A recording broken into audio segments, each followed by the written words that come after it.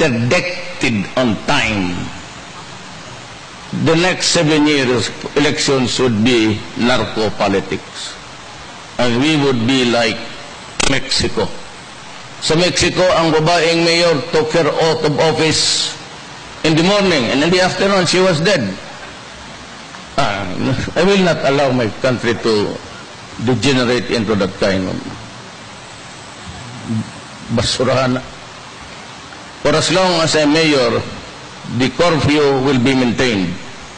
Ang hindi kasi naintindihan ng mga pare, pati yung mga bleeding hearts, is ganito.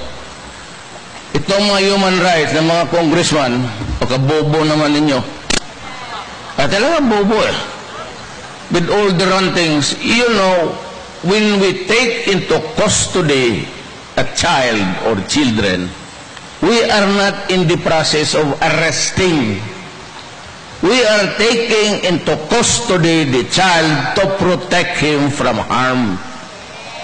Ang hindi naintindihan ng mga human rights violation, paano maging human rights? You protect the children of this country by controlling their movements at night. And that is human rights violation. Kung sa mga po na si Gascon, oy. You better find a shade. Hayaan mo na lang ako dito. Maghanap kayo ng saya.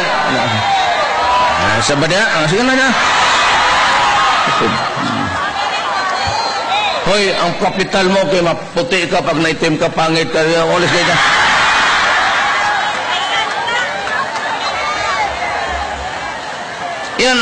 Yan kasi ko kasi hindi sumusunod na whatever is popular in this generation. Previous din ay wala masyadong human rights. Alam mo, marami NGO, kung ano-ano, kung sino na lang na gustong mapabilis. You take it, you arrest the parents. That is why nakita ko minsan na yung mga bata sa ilalim ng sakyanan, 4, 7, 10, binaaresto ko talaga. Police, sabi ko, you arrest the parents. Sa revised penal code, pati children code and Davao. Arrest the parents for abandonment or exposing their child to danger. That is how government wants to protect its children. So, marinig kayo, walang ginawa yan, human rights. Katurpihan yan, human rights sa mga inosente. Bro,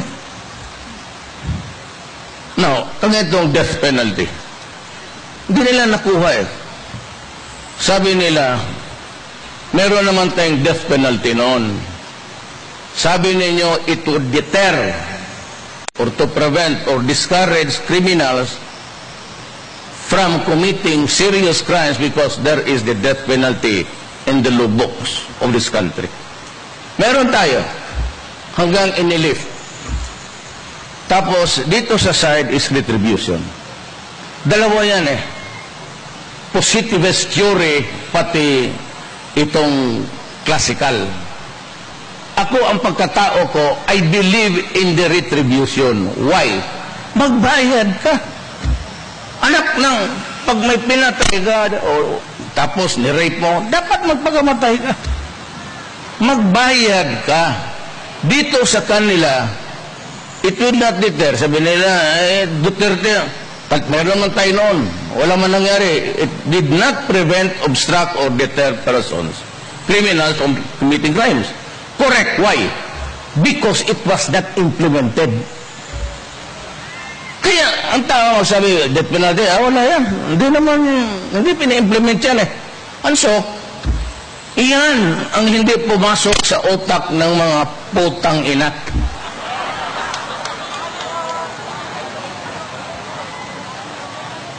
Akala naman siguro nila itong mayor ng Davao, bubo. O yun ako, ginoo ko. Ay, sus. Pag dumaan ka sa nanay ko, bright ka talaga, kada adlaw. Sa altar ka, pareho si Kristo ka na. Sa among altar sa balay, si Kristo nag-ana na ito. Isip ko, siguro twice a week, nakaluhod din ako doon. Butangan pag yung ni Solidad, anak. Grabe talaga nanay ko. Kasi anong mga anak? Sa gana ni Jesus, kaya na ko matay Jesus. Jesus, pareho gitag swerte, ano eh. Ginoo ka man, tabangin na lang ko. Eh, siguro, yung Diyos, hindi kaya, murag di ta ni kaya, tabangan ni bataan ni Kisalbay. Nihangad na lang siya, anak. Karoon among Jesus, kaya alag na ako ito.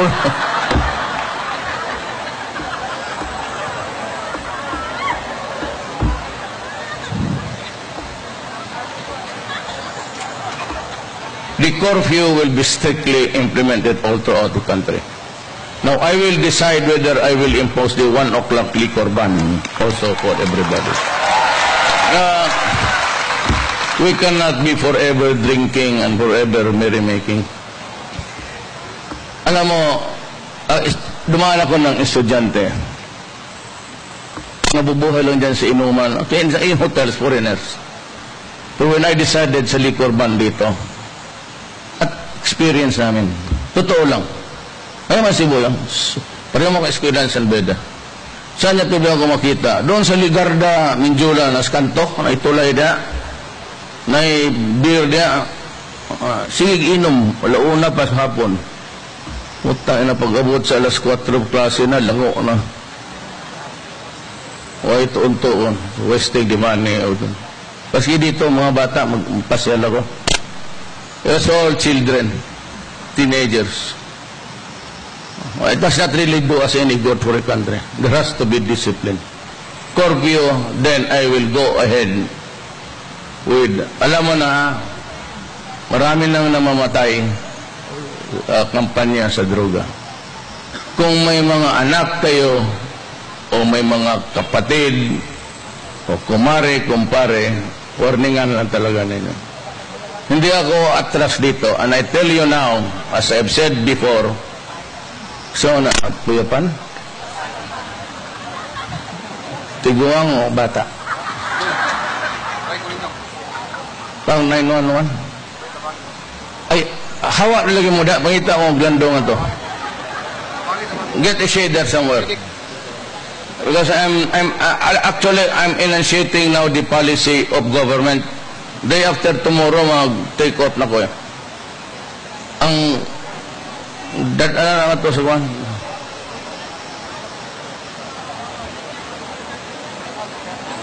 Baka sugar. Baka sugar.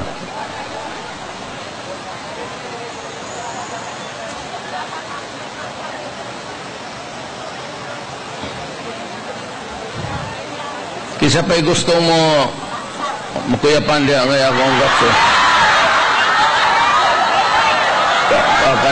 Kanang bata-bata lang. Dari sa akong kiliran. Kabigaon ba ninyo eh?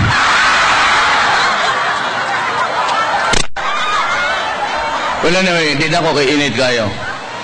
Curfew must be implemented. Wala ako'y pakialaman na. Tsaka yung kampanya sa droga pati criminality, lalo na yung mga kidnapper, dito alam ninyo anong nangyari. Kidnap ka dito, patay ka talaga. Wala na kidnap dito sa Davao na buhay. Alam ninyo yan. Kung mag-surrender ka o alam mo, mag-surrender ka o magipaglaban ka,